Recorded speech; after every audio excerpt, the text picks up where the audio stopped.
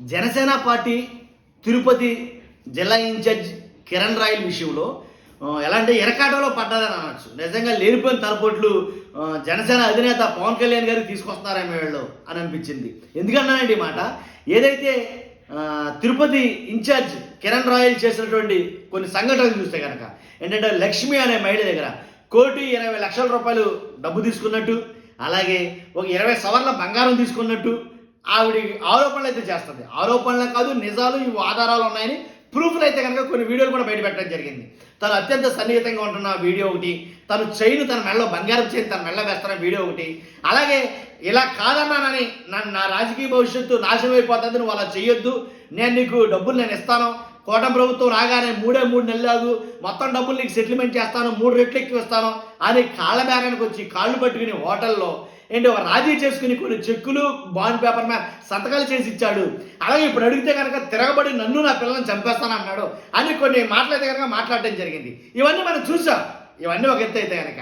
కాకపోతే ఏం జరుగుతుందని అని అనుకునే లోపల చాలామంది మహిళలు కిరణ్ రాయల్ ఇంటికి వెళ్ళి ధర్నా చేయడం, ఏంటి ముందు కిరణ్ రాయల్ని పవన్ కళ్యాణ్ గారు ఖచ్చితంగా అరెస్టు చేస్తారా లేదా పార్టీని సస్పెండ్ చేస్తారా, ఏం చేస్తారో మాకు చెప్పాలని వాళ్ళ నినాదాలు చేసినప్పుడు మొత్తానికి పార్టీ ఎలాంటి చర్యలు తీసుకుంటుందని అందరూ అనుకున్న సమయంలో ఖచ్చితంగా జనసేన పార్టీ చేసిన పని ఏంటంటే వెంటనే సస్పెండ్ చేయడం అయితే జరిగింది. ఈవినింగ్ వరకు చూసి ఈవినింగ్ సస్పెండ్ చేయడమే జరిగింది. వాళ్ళ పార్టీ అఫీషియల్ హ్యాండిల్ ద్వారా ఒక లెటర్ని అయితే కనుక వాళ్ళు ఇవ్వడం జరిగింది. అదేంటంటే కిరణ్ రాయల్ ఇన్ఛార్జ్ తిరుపతి నియోజకవర్గం గత కొన్ని రోజులుగా మీ మీద మీడియాలో చోటు చేసుకున్న ఆరోపణలపై క్షుణ్ణమైన పరిశీలన ఇవ్వవలసిందిగా పార్టీ అధ్యక్షుడు శ్రీ పవన్ కళ్యాణ్ గారు పార్టీ అలాగే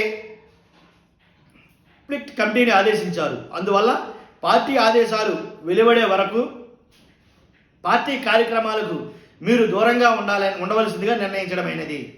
ప్రజలకు ఉపయోగపడే విషయాలపై దృష్టి సారించి సమాజానికి ప్రయోజనం లేని వ్యక్తిగత విషయాలను పక్కకు పెట్టాలని జన సైనికులు, వీర మహిళలు, నాయకులకు పార్టీ అధ్యక్షులు వారు స్పష్టం చేశారు. చట్టానికి ఎవరు అతిథులు కాదని, చట్టం తన పని తాను చేస్తుందని పేర్కొన్నారు అని ఒక లెటర్ అయితే విడుదల చేయడం జరిగింది. అంతేకాదు ఈ లెటర్ పోస్ట్ చేసినప్పుడు జనసేన పార్టీ ఆఫీస్ నుంచి పైన కొన్ని వ్యాఖ్యలు అయితే రాయడం జరిగింది. చాలా ఇంట్రెస్టింగ్గా ఉన్నాయి. అందుకని ఆ మాట మీకు చెప్దామని నేను వీడియో చేయడం జరుగుతుంది.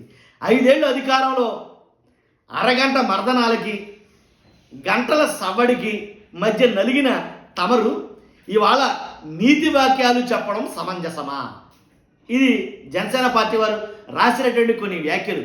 ఎవరిని ఉద్దేశించి? వైసీపీ పార్టీని ఉద్దేశించి. ఏదైతే కిరణ్ రాయల్ గురించి వైసీపీ సోషల్ మీడియా మామూలు కాదు ఒక దుమారాన్ని అయితే క్రియేట్ చేసింది, దాంట్లో ఎలాంటి డౌట్ లేదు. కాబట్టి ఎలా అంటే తమ పార్టీ నుంచి జనసేన పార్టీ నుంచి సస్పెండ్ లెటర్ వచ్చే వరకు కూడా మనం మామూలు కాదు ఊకదప్పుడుగా మామూలుగా దంచేసరిక, దాంట్లో ఎలాంటి డౌట్ లేదు.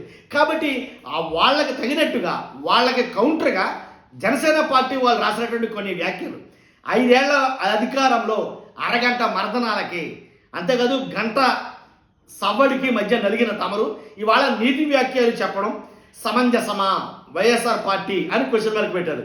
అసలు మీరు ఏ ముఖం పెట్టుకుని మాట్లాడుతున్నారు? తమరు అధికారం వెలగబెట్టిన 5 ఏళ్లలో ఎలాంటి చర్యలు తీసుకున్న సందర్భాలు ఏమైనా ఉన్నాయా అనేది మాట్లాడడం జరిగింది. అంటే మేము చర్యలు తీసుకుంటున్నాం, ఎవరైనా తప్పు చేస్తే వెంటనే వాళ్ళ నుంచి పార్టీ నుంచి సస్పెండ్ చేస్తున్నాం, ఎలాంటి సస్పెన్షన్లు కానీ ఎలాంటి చర్యలు కానీ మీరు ఎప్పుడైనా 5 ఏళ్ల కాలంలో తీసుకున్నారా అని కౌంటర్గా మాట్లాడటం జరిగింది. కింద అయితే కనుక లెటర్ అయితే పోస్ట్ చేయడం జరిగింది. అది అంతేకాదు జనసేన పడుతున్నటువంటి ఆ బాధను చూసో మరి ఏంటో తెలియదు కానీ వెంటనే టీడీపీ అఫీషియల్ వాళ్ళ హ్యాండిల్ ఖాతాల నుంచి ఒక పోస్ట్ అయితే బయటకు వచ్చింది. అదేంటో ఆల్రెడీ మీకు చెప్పాను నేను.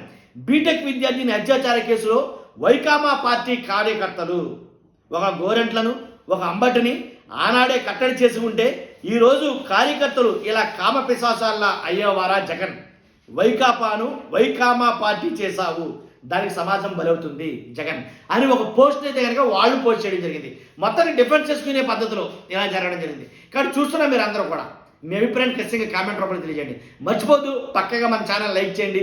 ఈ వీడియోని లైక్ చేస్తే ఎక్కువ మందికి ఇన్ఫర్మేషన్ జరుగుతుంది, నాకు మోటివేషన్ ఉంటుంది. కొత్తగా మన ఛానల్ ఎవరైనా చూస్తే కనుక పక్కగా సబ్స్క్రైబ్ చేయండి.